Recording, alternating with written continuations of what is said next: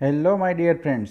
इस वीडियो में मैं आज आपको जो हमने इलेक्ट्रिकल में एमसीक्यू सीरीज स्टार्ट की है उसके सुपर एमसीक्यू सीरीज में आज हम ट्रांसमिशन एंड डिस्ट्रीब्यूशंस के मोस्ट इंपॉर्टेंट एमसीक्यू देखेंगे पार्ट 2 में। और दोस्तों मैं आज आपको बता दूं, अगर आपको पता ना हो तो जेटको पीजीवीसीएल और जीएससीसीएल में एक टॉपिक भी है सिलेबस का, जिसका नाम है transmission and distribution of electrical power. तो इसी टॉपिक के आज मैं आपको मोस्ट इम्पोर्टेंस ऑब्जेक्टिव टाइप के क्वेश्चन आंसर बताने वाला हूँ, जो इन सभी एग्ज़ाम के लिए और इलेक्ट्रिकल की कोई भी कॉम्पिटिटिव एग्ज़ाम होगी तो उनके लिए काफ़ी इम्पोर्टेंस रहने वाले हैं।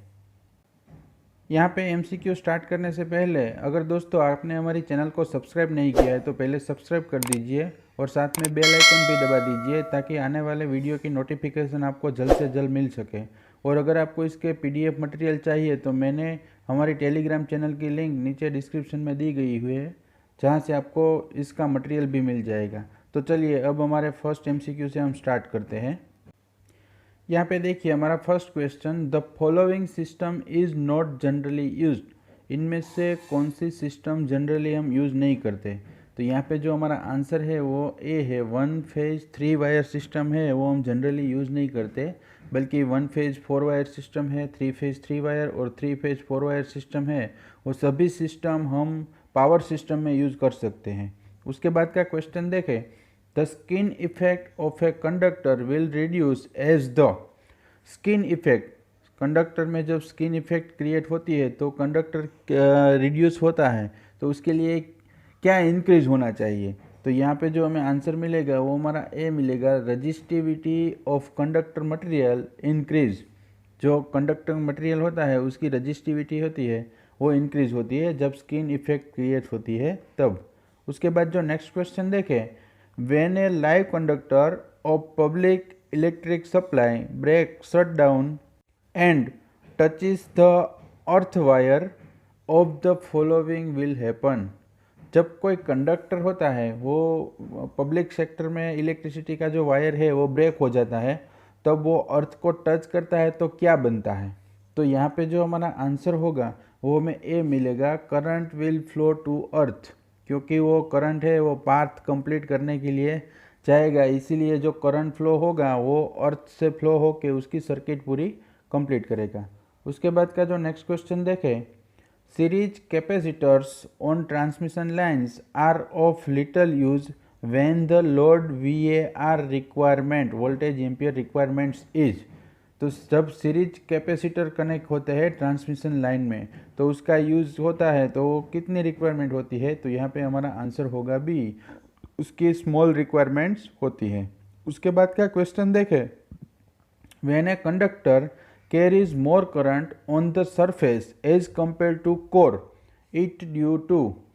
जब कोर के कंपेयर में जो कंडक्टर हो ज़्यादा करंट कैरी करता है तो क्या होता है, तो उसे हम स्किन इफेक्ट कहते हैं। यहाँ पे हमारा आंसर होगा सी।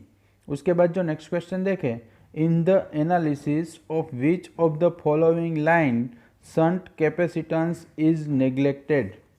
इनमें से जब हम एनालिसिस करते हैं तो कौन सी लाइन में शंट कैपेसिटेंस हम नेग्लेक्ट करते हैं। तो यहाँ पे जो हमारा आंसर मिलेगा वो हमें ए मिलेगा, शॉर्ट ट्रांसमिशन लाइन के लिए होगा। शॉर्ट ट्रांसमिशन लाइन में हम नेग्लेक्ट करते हैं, यहाँ पे हमारा आंसर बी नहीं होगा, ए हमारा सही आंसर रहेगा।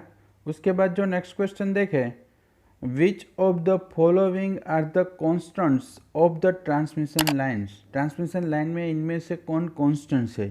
तो यहाँ पे हमारा आंसर है डी, ऑल ऑफ द एबो, रजिस्टेंस, इंडक्टेंस एंड कैपेसिटेंस, तीनों हमारे कॉन्स्टेंट्स हो गए। उसके बाद जो नेक्स्ट क्वेश्चन देखें तो यहाँ पे 310 kilometer 310 kilometer line is considered as. 310 kilometer की लाइन है, हम किस में कंसिडर करते हैं। तो हमें पता होना चाहिए कि यह हमारी लॉन्ग ट्रांसमिशन लाइन में हम कंसिडर करते हैं, क्योंकि 200 से ज़्यादा किलोमीटर वाली लाइन होगी तो उसे हम लॉन्ग ट्रांसमिशन लाइन ही बोलते हैं। उसके बाद जो नेक्स्ट क्वेश्चन है, the phenomena of rise in voltage at the receiving end of the open circuited or lightly loaded line is called the। जो फिनोमिना बनता है receiving end side, open circuit होगी और लाइटली लोड लाइन में connect किया होगा तभी, तो उसे हम क्या बोलते हैं? तो यहाँ पे हमारा आंसर होगा बी, उसे हम फेरेंटी इफेक्ट बोलते हैं। उसके बाद जो नेक्स्ट क्वेश्चन है, the square root of the ratio of the line impedance and shunt admittance is called. Line impedance उसका जो स्क्वायर रूट लिया गया है और शंट एडमिटेंस, इस दोनों के बीच में जो रेशियो होता है उसे हम क्या बोलते हैं? तो यहाँ पे हमारा आंसर है ए, सर्ज इम्पीडेंस उसे कहा जाता है, surge impedance of the line, line का सर्ज इम्पीडेंस। उसके बाद जो नेक्स्ट क्वेश्चन है, the operating voltage of super tension cable is up to.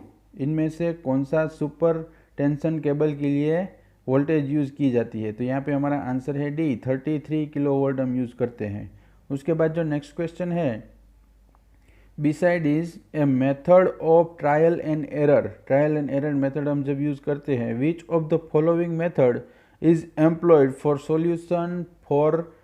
Solution of network problem is interconnected system. Interconnected power system में हम कौन सा यहाँ पे थियरम यूज़ कर सकते हैं?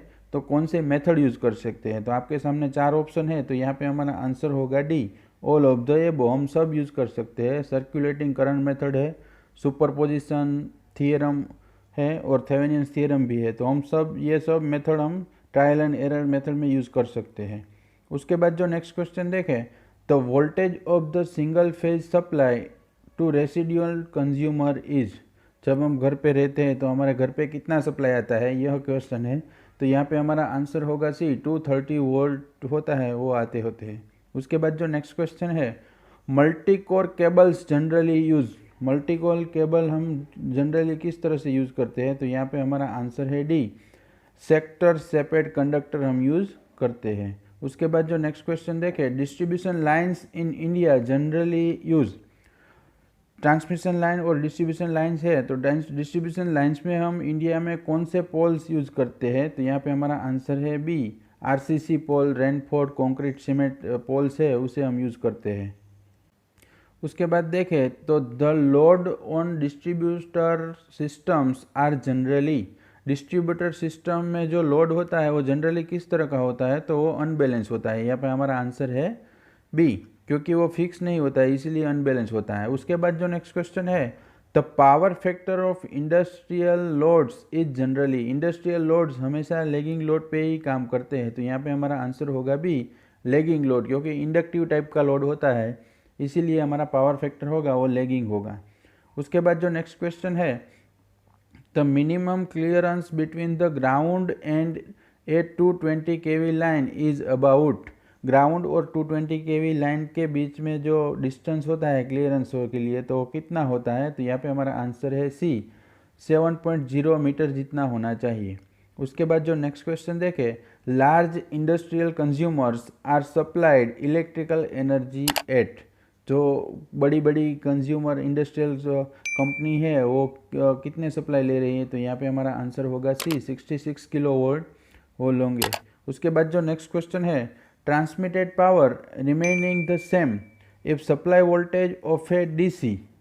यहाँ पे डीसी की बात की है, 2 wire feeded is increase 100%, saving in copper is 100%।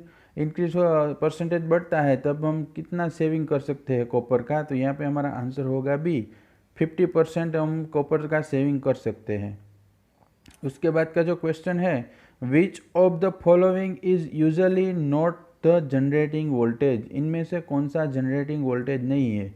तो यहाँ पे हमारा आंसर है बी, 8.8 किलो वोल्ट है, वो जनरली हम वोल्टेज हम जनरेट नहीं करवाते।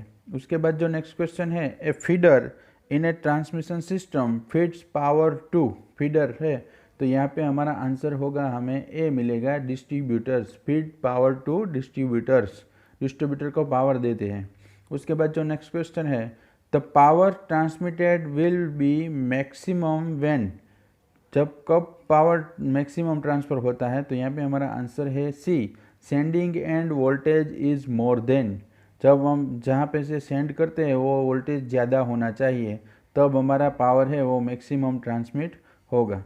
उसके बाद जो नेक्स्ट क्वेश्चन है, ए 3 phase 4 wire system is commonly used on.